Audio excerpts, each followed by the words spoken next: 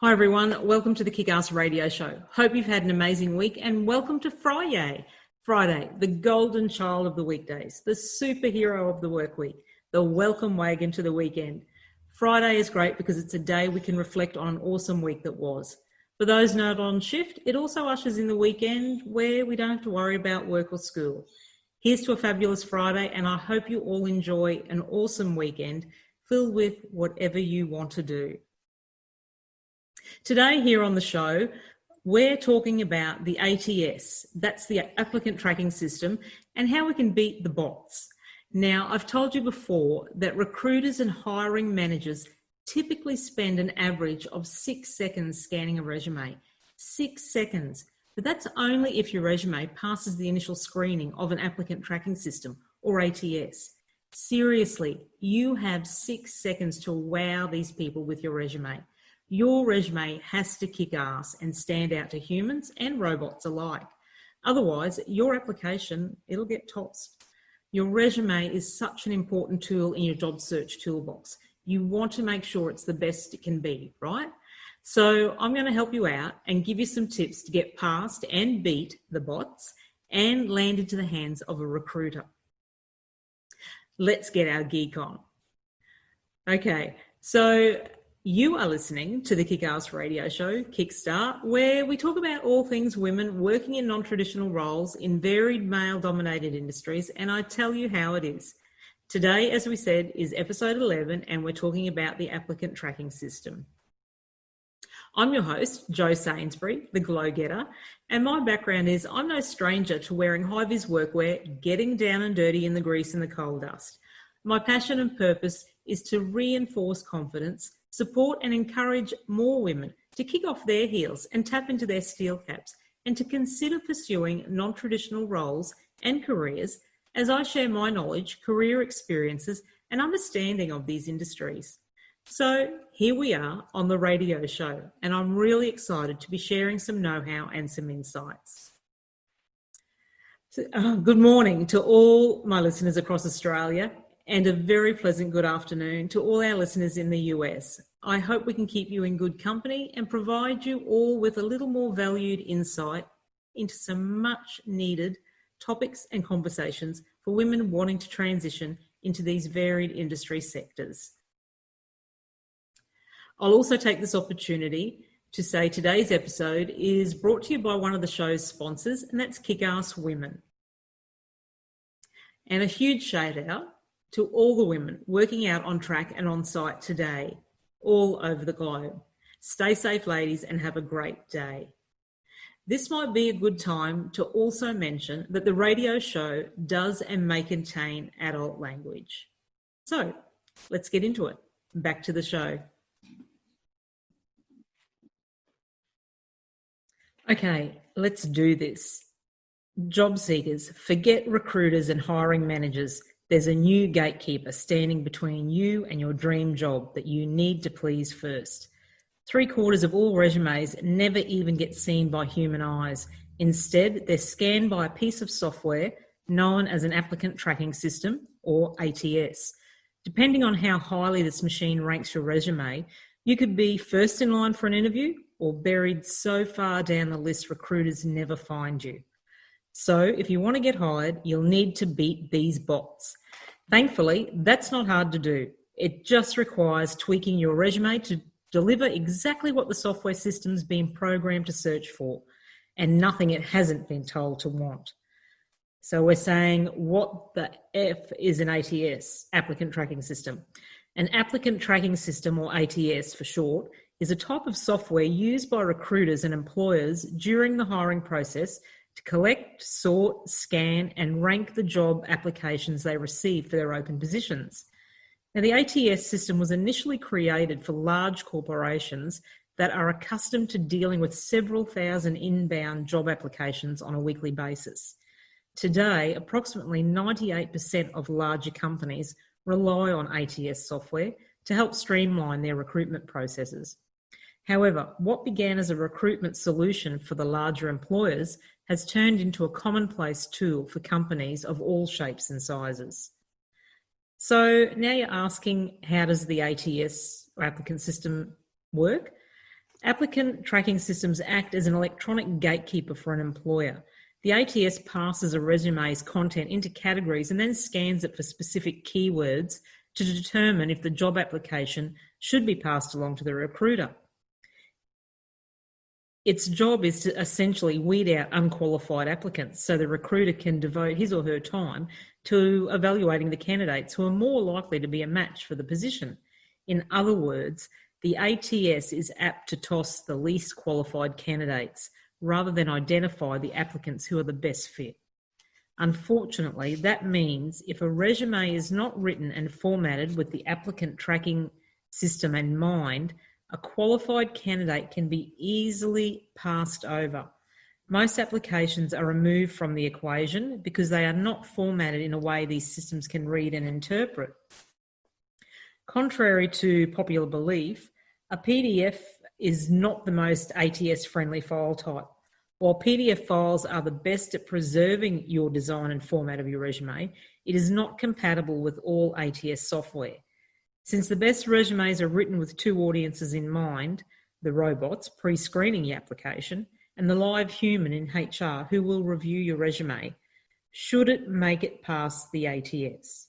So when you're asked to upload your resume to an applicant tracking system and PDF is listed among the file types you can, by all means, use a PDF version of your resume.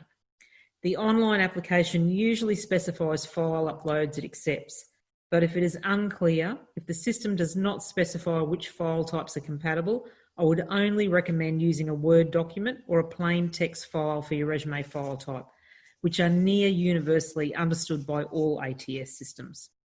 If you don't have Microsoft Word, consider using free tools like Google Docs to save it in this format. And this will provide more creative freedom for you to write a resume that will appeal to a recruiter or hiring manager. If you want your resume to successfully pass the ATS, stick to a standard resume format, such as the hybrid resume. This resume format uses a professional summary section at the top of the document to outline your key skills and qualifications, and it combines it with a chronological work history section that explains how you've leveraged these qualities to produce results for your employers. Most ATS systems do a better job at reading and interpreting a hybrid format because they rely on chronological data to pass your resume. As a result, it's in your best interest to avoid a functional resume format at all costs, where the focus is placed on your abilities rather than a chronological work history. So use a clean resume design with a clear hierarchy. And I've previously talked about resume types, so you can go back through the episodes and find that particular one on the 4 types of resumes to check that out. And when it comes to your resume's design, less is more. Not only do complex resume designs or unusual formats confuse most applicant tracking systems, but they also annoy recruiters who are accustomed to quickly scanning a resume for the specific information they expect to find in the particular areas within your document. And don't put important details in the header or footer. Not all applicant tracking systems are able to properly read and pass information stored in the header and footer sections of a Word document. In fact, a recent study confirmed the ATS was unable to identify a portion of the job seeker's contact information 25% of the time. Avoid this same fate by placing important contact details, such as your name and your phone number and email address, outside the header or footer of your resume. And you need to always customize and optimize your resume with the keywords. Each resume you submit needs to be tweaked to mimic the exact language a company used in its job description. ATS determines whether you're qualified for the position based on how closely the terms you use match the keywords recruiters are searching for. Keyword optimization is the most important element. And one of the best ways to ensure your resume is compatible with an ATS is to optimize your resume with these keywords. Unlike a buzzword, which is typically considered to be a fluff or fluffy term, such as proactive or self-starter, keywords represent the soft skills and hard skills you possess and the expertise you've acquired over the years that qualify you for this targeted job. Every profession has its own set of jargon, acronyms, certifications, and skill sets that describe their work and industry. So the ATS systems are programmed to look for those resume keywords to rank your job application and determine if you're a good fit for that role. If you're unsure which keywords should be used in your resume, start by collecting 3 to 5 job descriptions that represent the type of position you're chasing or you're pursuing. And then copy and paste the job description into a free word and phrase frequency tool like Wordle or Text Analyzer to identify the terms that are regularly used throughout those desired positions. The words that appear in the largest size font are the keywords you need to be sure to include. If you possess these skills or qualifications, incorporate these terms into your resume. And when it comes to creating the ATS optimized resume, you need to think about the frequency as well as the placement of these keywords throughout your resume. Some applicant tracking systems will determine the strength of your skills based on the number of times a term shows up in your resume. So aim to add the term 2 to 3 times throughout your document, whereas others assign an estimated amount of experience for a particular skill based on its placement within the resume. Incorporate those keywords into your resume 2 to 3 times each, with at least one mention coming in your work experience section. To make a resume that is truly compatible with any ATS, you'll want to customize and optimize your resume with both the systems in mind. And you could also try a more sophisticated approach using tools like Francisco's Skill Syncer or Job Scan that will identify any skills or keywords missing from your resume and tell you how closely your application aligns with the job listing. Of course, you need to be honest. Don't mention a skill you don't possess just because it appears on the listing. Even if a bot can't tell you've keyword stuffed your resume, a hiring manager easily can. And then it's sticking to simplicity. While you may want to demonstrate your creativity to the hiring manager, the resume is not the place to do so. In fact, most ATS systems get easily confused by a resume's extra bells and whistles, such as logos and pictures and embedded charts, symbols, and shading. It could easily reject your application out of confusion. And stick to standard fonts that are ATS friendly. And some of the most popular ones include the Calibri, Arial, Tahoma, and Cambria. Once again, use standard headers for the different sections of your resume, such as professional experience or work history, education, professional development, technical skills, and so forth. And lastly, proofread your resume carefully. While you may get dinged by a recruiter for writing definitely or spelling it wrong, at least they'll be able to figure out what you're trying to say. A software system will not. Don't let your application get tossed in the resume black hole because of a simple typo. Proofread your resume. Proofread it again, and then proofread it again. Then hand it over to a friend for them to review and proofread it. Silly mistakes can be easily avoided if you take the proper precautions with these resume tips. Don't fall into the resume black hole. You may not be able to control the recruiter's actions, but these resume tips will ensure your job application makes it past the ATS screen and onto a human being for review. Okay, we're going to take a little break. Enjoy the tune, and I'll be back with you soon. Thanks for tuning back in. Now we're going to talk about resume land and the resume black hole. If you've ever looked for a job, you're probably familiar with the notorious resume black hole. It goes something like this. You find the perfect job online, submit your resume, and then wait, hoping against hopes that you'll receive a callback. More often than not, no one ever contacts you about your application, and you're left wondering what you could have done differently to change the outcome. Sound familiar? You're not alone. The resume black hole overload. We too often hear from our friends and other job seekers who are frustrated by the lack of response from employers.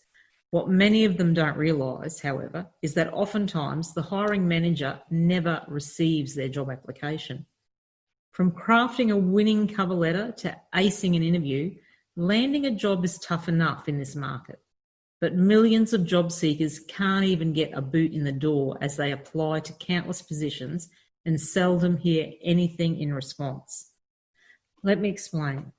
Before your job application is passed along to the hiring manager, it first has to be reviewed by one, if not two, initial gatekeepers, like we were talking about earlier. First is the electronic screen, the ATS system, and then it would be possibly a junior level HR coordinator. In both of these cases, the gatekeeper has been instructed to scan the document for important pieces of information and terms related to the role at hand. If the resume meets the criteria, it will pass through the screen and make its way to the next reviewer, either an experienced recruiter or hiring manager, who will have a better understanding of your work and capabilities. If your resume doesn't make it past these initial gatekeepers, the hiring manager is never made aware of your application. The ease of free online job sites has boosted the number of candidates applying for each job opening. With hundreds or even thousands of people competing for the same jobs, most hiring managers and recruiters are inundated with candidates, and many of them simply get lost in the shuffle. The good news is, as a job seeker, you have hundreds and hundreds of jobs in front of you. The bad news is, because everything is so out there, it's also incredibly available to everybody. Gone are the days of the thoughtful response to a classified job posting in the newspaper. Now it's so easy just to send your resume everywhere and blast it all over the globe.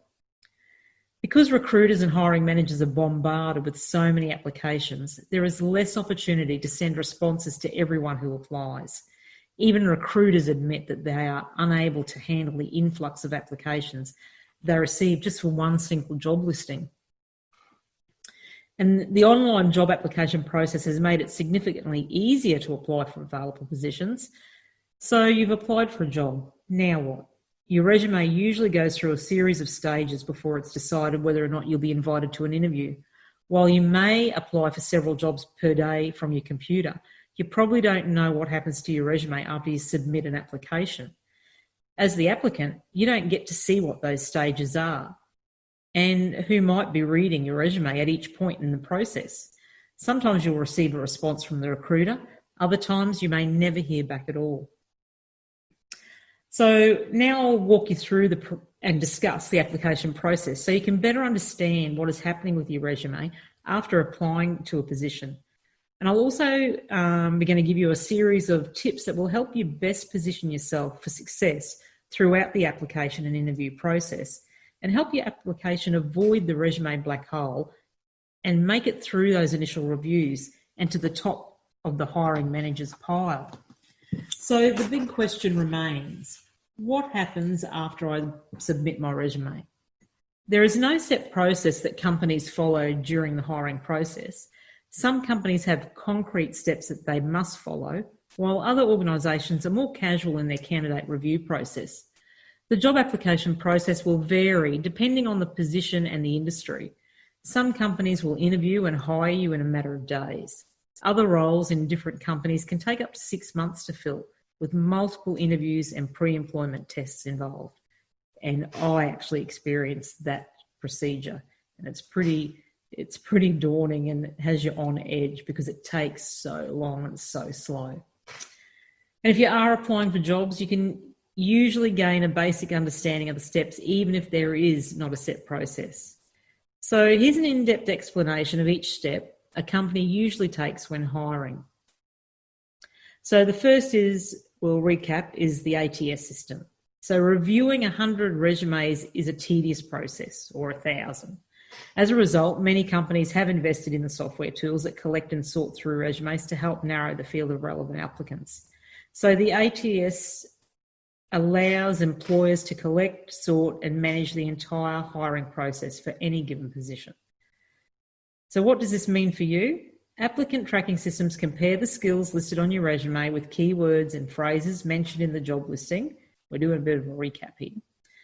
So, for example, if the company's advertised and needs a project manager with 5 years of experience, the ATS will scan your resume for project management and the amount of experience.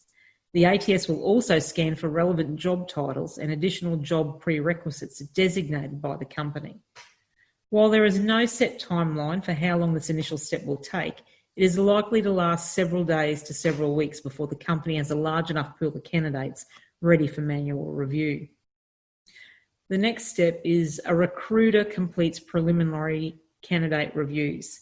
So once the ATS system selects the top resumes, the recruiting team takes over.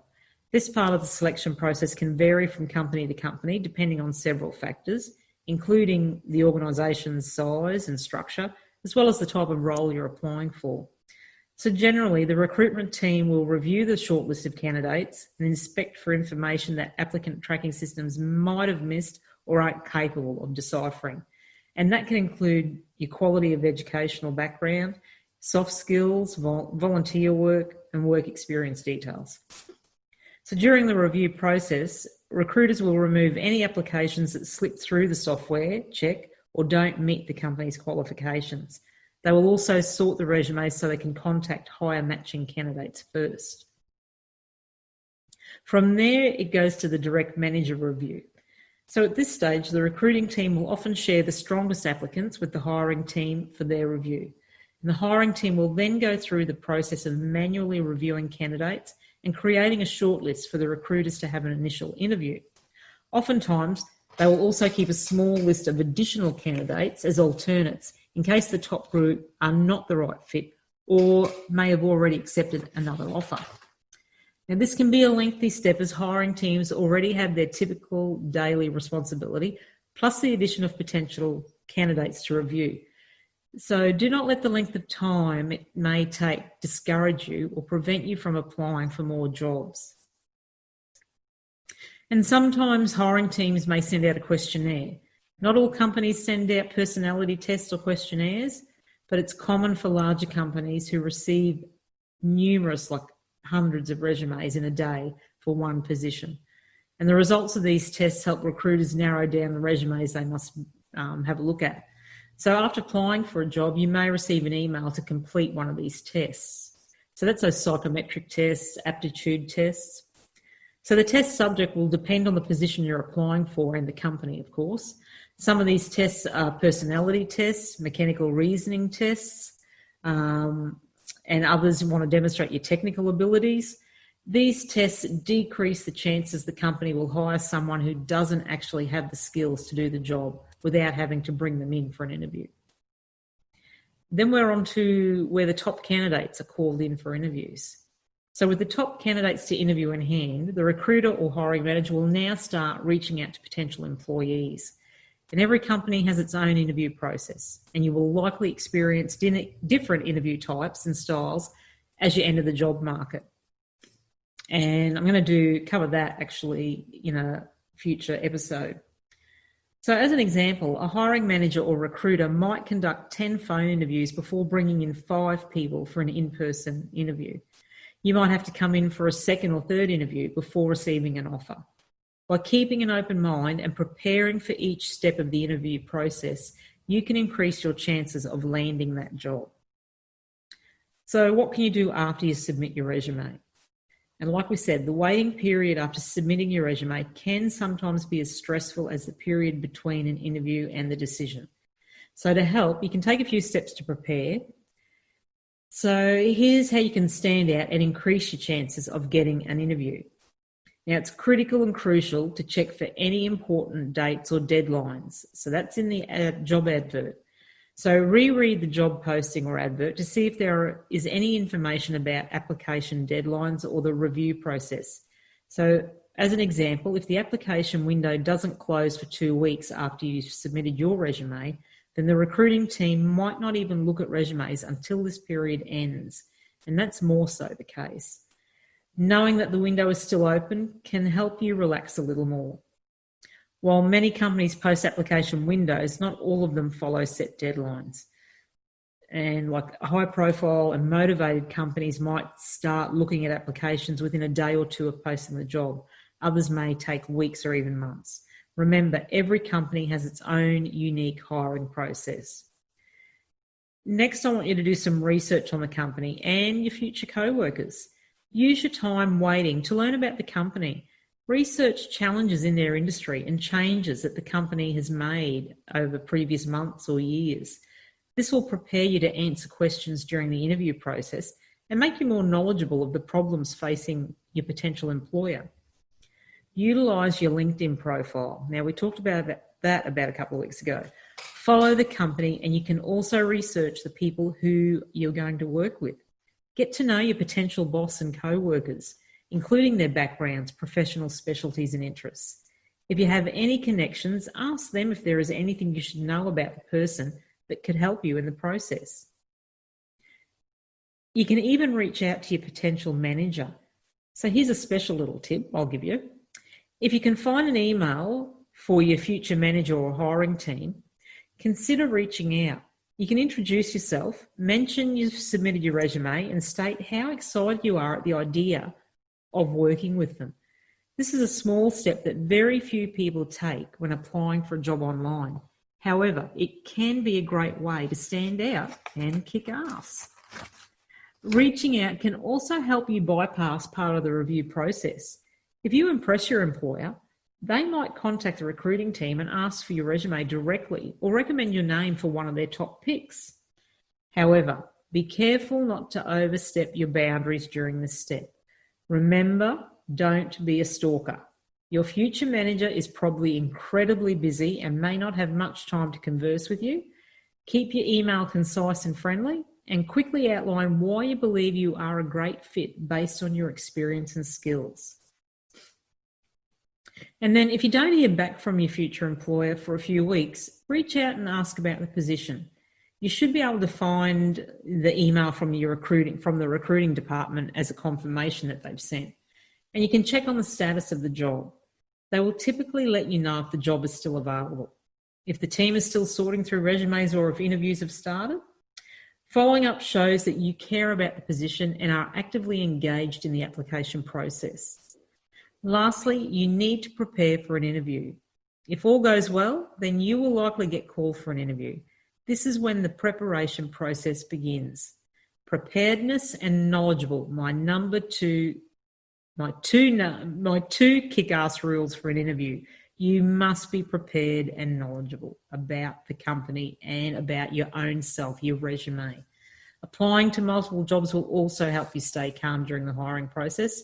You won't feel stressed about getting hired by a specific place because your focus is turned to applying at several companies. And if you interviewed for a position and you were turned down, don't take it personally. Learn from the rejection and continue to apply for more jobs. Remember, job searching is hard and looking for your next big opportunity is exciting. Finding one you're truly excited about is even harder, but that doesn't take away from the fact that it takes work, likely on top of all your other work you've got. And it doesn't mean you should give up or accept the first offer you get either. The right position's out there for you, and once you land it, you're going to forget all about this process all over again. Okay, we'll go to a quick break and we'll be back soon. Hey Glow Getters! Did you know that Jo Sainsbury is a published author for her book High Heels to High Vis and has been named an Amazon #1 bestseller? Telling the story about Jo's transition from the corporate sector into industry, High Heels to High Vis acts as a guide for women who are considering a non-traditional role and career. High Heels to High Vis is available for purchase online at all leading bookstores, including Amazon, Dimex, Waterstones and eBay. Okay, so we're back. Now, if you weren't tuned in last week to hear about my new segment, I've introduced a segment called Kick-Ass Women Making Waves, and it's to the women who break the glass ceiling and pave the way for others after them. So I thought it was about time to introduce a weekly segment to recognise extraordinary achievements and contributions women have made and continue to make in our unbalanced world of the rail, mining, resources, STEM and construction industries. We live in an exciting period of history. The groundswell for change to a more gender-balanced world is growing, with people speaking up and demanding equal opportunity for all women in all walks of life. Women are making their own noise about equality and achievement in all sectors of industry in a world that often serves up extra hurdles for females. These women are trailblazers who, through courage and perseverance, challenge the status quo, defying societal norms with the love of their work and improving the quality of life for many. They are mothers, daughters, sisters. They are worthy to be honoured. So each week, I'm going to spotlight one of these extraordinary women who are making a difference and that are inspiring role models that we have the privilege to work alongside every day. So this week, our Kick-Ass Women Making Waves spotlight is on. We need that drum roll. BHP Peak Downs geotechnical engineer Catherine Young. Geotech engineer she is at BHP's Peak Downs mine in Moranbah, Central Queensland. Catherine has just been announced as the winner of the recent 2020 Women in Resources National Awards in the category of Newcrest Exceptional Young Woman in Australian Resources for her impressive technical leadership, mentoring and strong advocacy on gender diversity. Catherine has a long list of achievements in her career, which really took off when she was accepted into the BHP graduate program back in 2014, taking her from Brisbane to Blackwater. Catherine has worked at Blackwater Mine, Caval Ridge, Norwich Park, South Walker Creek, Poitral and Saraji mines before her most recent position at Peak Downs Mine here in Central Queensland. Catherine also promotes science, technology and engineering and mathematics careers and mentors and encourages female students to pursue careers in the resources and engineering industry and believes that attracting women into the resource industry should begin at school and university. Catherine has said her role supported her endeavours and encouraged her to continue leading the way for young women by drawing on her personal experience as a young female engineer. Catherine had to learn how to coach and break down barriers and prejudices so that they could improve the way they do things rather than just do them the way they've always been done. So congratulations, Catherine Young. You are a kick-ass woman making waves. Okay, so we're on the downhill run. Now we're going to talk about online job application mistakes. These job application mistakes can ruin your chances of landing the job. It has happened to most of us. You sent in your job application online and anxiously waited by the computer, only to never hear back from the hiring manager again. Ever wondered what you did wrong? Of course, the job market is extremely competitive with an influx of graduates coming in year after year looking for their first jobs, as well as people wanting to make career changes. However, that may not be the only reason you're not getting a good response from your job applications. You might be making one of these 6 biggest job application mistakes that send your resume straight into the reject pile. So the first one is not following the application procedure. You've been taught to follow directions since primary school, so put that skill to good use. Read the application procedure thoroughly and follow the directions. If the company requires you to attach a cover letter with the application form, don't forget to attach one or think that you don't need it. Should the company want you to take an online test in addition to filling out the application, make sure that you complete the test along with your submission by the due time. Making a small mistake, like leaving a required section blank in your application form, can easily get your resume ignored or even trashed. It's always a good idea to get someone else to reread your application form prior to submitting so that you don't make otherwise easily avoidable application mistakes. And the next one's poor email etiquette. If you sent a job application via email and did not hear back from the hiring manager, recheck your email and ensure that you didn't make some of the cringe-worthy mistakes that turn hiring managers off. First of all, make sure that your email has a subject line that's professional, concise, and relevant. Additionally, your email address should reflect professionalism. So, for example, if you've got an email name such as hotpants99@gmail.com, that will be a turn-off for most potential employers. So, create a professional email address. Another email etiquette mistake that applicants often unknowingly make is using poor grammar and punctuation. Nobody needs to know that you're confused with the use of your and your. Websites, as well as your Microsoft Word and Google's Docs programs, they have spell check, as well as you've got websites like Grammarly. They're free and easy resources that are readily available to help you with these small technicalities. And another turn off for hiring managers is when you misspell their name. You saying Dear Valerie and spelling it incorrectly is not a good idea and will certainly not help make Valerie's day any better. The next is submitting a poorly written resume. Imagine the horror if you happen to make a silly mistake on your resume and it gets posted to all those promising career websites. Since most hiring managers still use resumes as a basis to evaluate applicants in the recruitment process, make sure you avoid these common resume deal breakers: grammatical errors, missing contact information, irrelevant or outdated information. And you can always use a professional resume writer for writing your resume. It may cost a little bit of money, but it would be worth it and would avoid making these costly job application mistakes. And not customizing your cover letter to the job posting. While you should always tailor your resume to the job posting, you also need to make sure you're customizing your cover letter to suit that job description. Your cover letter is basically a sales pitch to convince the hiring manager why the position interests you and why you're the best candidate for the job. Employers can spot a generic cover letter from a mile away, and your application will surely be tossed in the bin if you choose to go down that road.